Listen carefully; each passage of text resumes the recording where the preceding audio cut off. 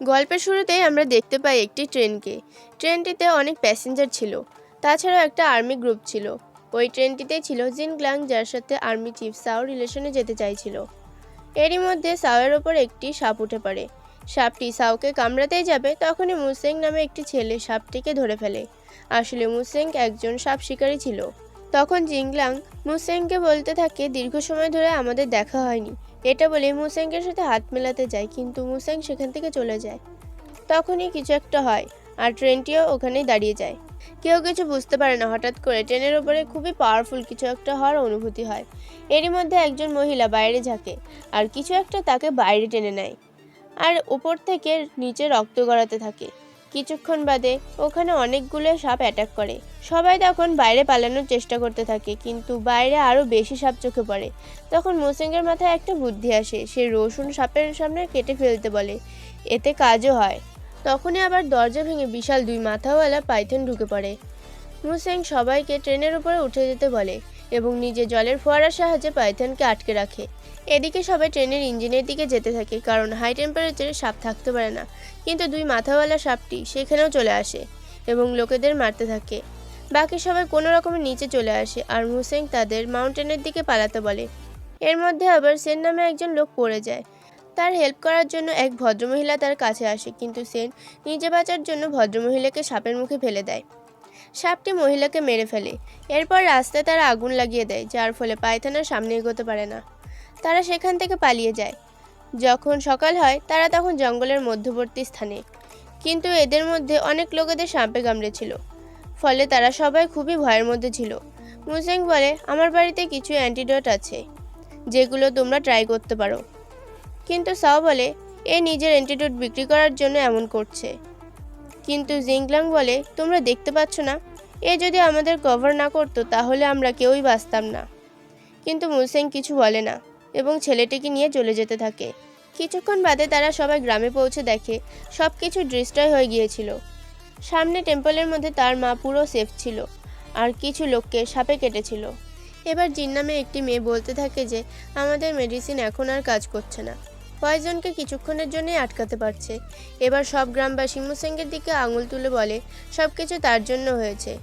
মুসেং এসব কথা শুনে খুবই দুঃখ পায় এবং বলে এদের শুধু সারপ্ল্যান্ট ফ্লাওয়ারই বাঁচাতে পারবে, যেটা এখানকার স্নেক কিং ভ্যালিতে পাওয়া যাবে। কথা শুনতে জিংলাংয়ের বাবা বলে সেখানে কেউ গেলে ফিরে আসতে পারে না, কিন্তু অনেক লোক এবং জিংলাং সেখানে যাওয়ার জন্য প্রস্তুত ছিল। এরপর দুটো ভেলায় করে তারা নদীপথে বেরিয়ে পড়ে। তখন তাদের একটি লোকের ওপর একটি সাপ অ্যাটাক করে, তখন ভুল করে একজন ভেলার দড়ি কেটে ফেলে, ফলে ভেলাটি পুরো ডিস্ট্রয় হয়ে যায়। এবার সাও সাপটিকে মারার জন্য বম ফেলতে যায়, কিন্তু ভুলবশত বমটি ভেলায় পড়ে যায়। এরপর দ্রুত সবাই জলে ঝাঁপ দিয়ে ভেলার থেকে দূরে পালিয়ে যায়, আর ভেলাটি ডিস্ট্রয় হয়ে যায়। এদিকে মুসেংয়ের কাছে থাকা ম্যাপটিও খারাপ হয়ে গিয়েছিল, তাই তারা আন্দাজে চলতে থাকে। এবার সাওয়ের লোক তাদের সাথে যেতে মানা করে দেয়। তারা চলতে শুরু করে। এরপর যখন সাও টয়লেট করার জন্য যায়, তখন তার পেছন অংশে একটি সাপ কামড়ে দেয়। তখন সাওয়ের লোক এসে সাপটিকে মেরে দেয়। এরপর মুসেং বলে ওই অংশের ব্লাড যত শীঘ্র সম্ভব বের করতে হবে, না হলে পয়জন আরও দ্রুত শরীরে ছড়িয়ে পড়বে। কিন্তু এটা করার জন্য কেউ রেডি ছিল না। এর জন্য জিংলাং রেডি হয়ে যায়, কিন্তু মুসেং তাকে এটা করতে বারণ করে। নিজে একটা জিনিস দিয়ে ব্লাড বের করে দেয়। তারা আবার চলতে শুরু করলে ওয়াই মাকড়সার জালের মধ্যে অনেকগুলো ডেড বডি দেখতে পায়। জিন তাকে শান্ত হতে বলে যদি তাদের কোনোভাবে ডিস্টার্ব করা হয়, ওই ছোট মাকড়সাগুলো তাদের ওপর ভারী পড়বে। কিন্তু তখনই একজন সোলজারের বডিতে কিছু একটা পড়ে, ফলে ভুল করে সে শ্যুট করে দেয়। একটা ডেড বডি নিচে পড়ে, আর সেটার থেকে অনেক মাকড়সা বের হয় আর সবাইকে ঘেরা শুরু করে দেয়। একজন সোলজারকে মাকড়সা পুরো ঘিরে ফেলে। এটা দেখে জিংলাং মাকড়সাগুলোকে তাড়াতে থাকে, কিন্তু সোলজারটি তাকে দূরে সরিয়ে দেয়, কারণ তখন অনেক দেরি হয়ে গিয়েছিল।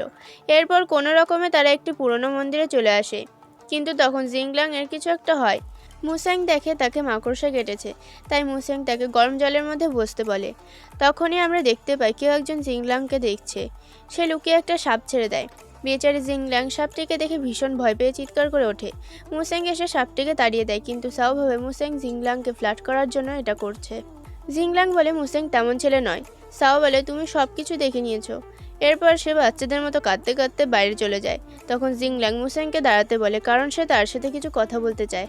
সে বলে এখানে থেকে সে গ্রামবাসী সাহায্য করতে চায়, কিন্তু মুসেং বলে সে এখান থেকে বিরক্ত হয়ে গেছে।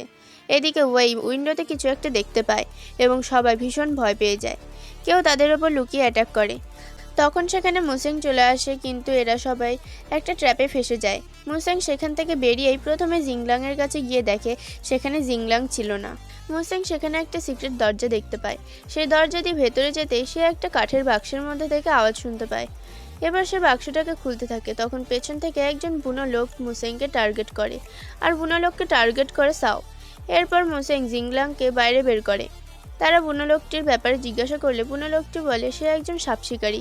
সেন জিজ্ঞাসা করে সে কি সার্পেন্ট ফ্লাওয়ারের ব্যাপারে কিছু জানে।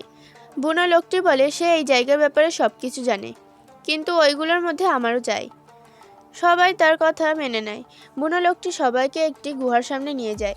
ভেতরে ঢুকে তারা উপরে খেয়াল করে দেখে সেখানে অসংখ্য বাদুড় ঝুলছে। তারা কোনো রকমে ভেতরে ঢুকে অনেক গভীর একটা খাতের সামনে আসে।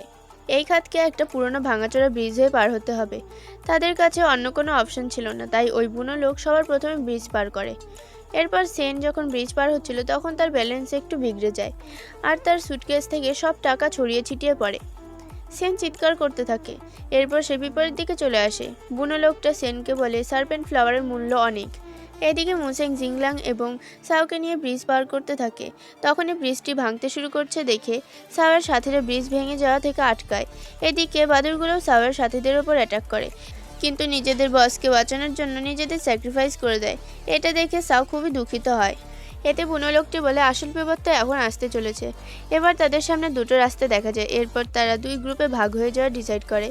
একটা গ্রুপকে মুসেং লিড করে আর অন্য গ্রুপটিকে বুনো লোকটি লিড করে। মুসেং ভেতরে ঢুকে সার্পেন্ট ফ্লাওয়ার দেখতে পায়, কিন্তু সেখানে যাওয়ার জন্য তাদের আর একটা খাত পার করতে হবে। সেই খাতের মধ্যে অসংখ্য সাপ ভর্তি ছিল, কিন্তু মুসেং এই রিস্ক নেওয়ার জন্য তৈরি হয়ে যায়। এরপর সাওকে অন্য গ্রুপটিকে ডাকতে পাঠিয়ে দেয় আর জাম্প করে সেখানে পৌঁছানোর চেষ্টা করতে থাকে। অন্যদিকে বুনো লোকটি তার সাথীদের পাইথনের জায়গায় নিয়ে আসে। পাইথন মিয়ানের ওপর হামলা করে দেয়।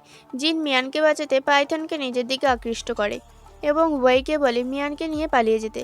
তখন জানা যায় এক্সিট বন্ধ আছে। তখন জিন ওয়ের জায়গায় দাঁড়ায় আর পাইথন হামলা করলে এক্সিট খুলে যায়। জিন মিয়ান এবং ওয়েকে বাঁচাতে নিজেকে স্যাক্রিফাইস করে দেয়। এটা দেখে ওয়ে খুবই দুঃখ পায়। দুঃখ পেলেও তার কিছু করার ছিল না। তখন জিন বলে তুমি আমার ছেলের খেয়াল রেখো। এদিকে মুসেং সার্পেন্ট ফ্লাওয়ার নিয়েছিল, কিন্তু সেন আরও ফুল তুলতে বলে। মুসেং বলে যদি পাইথন জানতে পারে তাহলে সে আমাদের থেকে বদলা নেবে। তখন বুনো লোকটা এসে সাওকে গান পয়েন্টে নেয় এবং মুসেংকে সব ফুল তুলে আনার জন্য বলে। সাও চালাকি করে বন্দুক নিতে গেলে বুনো লোকটি তার পায়ে গুলি চালিয়ে দেয়। এতে বাধ্য হয়ে মুসেং বুনো লোকটিকে ফুল ভর্তি তুলে দিতে বাধ্য হয়। সেন যখন তার কাছে কিছু ফুল চায় সে তাকে একদম মানা করে দেয় আর মুসেংকে বলে মানুষ সাপের থেকে বেশি বিষধর হয়। মুসেং বলে মানুষ না, মানুষের লোভ সাপের থেকে বেশি বিষধর। বুনো লোকটি বলে তুমি তো টাকা কামাতে চাইছিলে না। মুসেং বলে চেয়েছিলাম, কিন্তু খারাপ পথে নয়। সেন তখন ফুলের ব্যাগ চিনতে চাইলে বুনো লোকটি তাকে আহত করে দেয়। তখনই দুই মাথাওয়ালা পাইথন বুনো লোকটিকে খেয়ে ফেলে আর ফুলের ব্যাগ খাতের পাশে আটকে যায়। সেন ব্যাগ আনতে গেলে সে খাতের মধ্যে সাপদের মাঝে পড়ে যায়। এরপর মুসেং ব্যাগটিকে নেয় এবং সবাই বাইরে বেরোতে থাকে। তখন সাও মুসেং এবং জিংলাংকে বাইরে যেতে বলে আর নিজে একটা এক্সপ্লোজিভ নিয়ে সাপের সামনে দাঁড়ায়। এক্সপ্লোজিভ ব্লাস্ট হওয়ার পরেও পাইথনটি বেঁচে ছিল। তখনই ওয়ে আর মিয়ানও সেখানে চলে আসে। এখানে পাইথনটি খুবই খারাপভাবে মিয়ানকে আহত করে দেয়। তখন ফুল দিয়ে মুসেং পাইথনকে নিজের দিকে আকৃষ্ট করে নিজের পেছনে নিয়ে যায়। অন্যদিকে মিয়ান মারা যায়। মুসেংকে পাইথন আক্রমণ করতেই যাবে, তখন জিংলাং ফুল নিয়ে পাইথনকে নিজের দিকে আকৃষ্ট করে নিজে একটি জায়গায় লুকিয়ে পড়ে। এখন পাইথন তার একদম পাশে চলে আসে। তখন মুসেং পাইথনের লেজের সামনে দাঁড়িয়ে পাইথনকে আকৃষ্ট করে নিচে সরে যায় আর সাপটি নিজের লেজে কামড়ে দেয়। এরপর মুসেং তলোয়ার তুলে পাইথনের ধরের থেকে মাথা আলাদা করে দেয় আর মুসেং ওয়ে আর জিংলাংয়ের সাথে বাইরে চলে যায়। এরপর আমাদের দেখানো হয় সব গ্রামবাসী ঠিক হয়ে গিয়েছিল। আর এর সাথেই মুভির এখানেই এন্ড হয়। এমন ভয়ানক ধরনের এক্সপ্লেন পেতে কমেন্টে নেক্সট লেখা ভুলবেন না। Thank you for watching this video.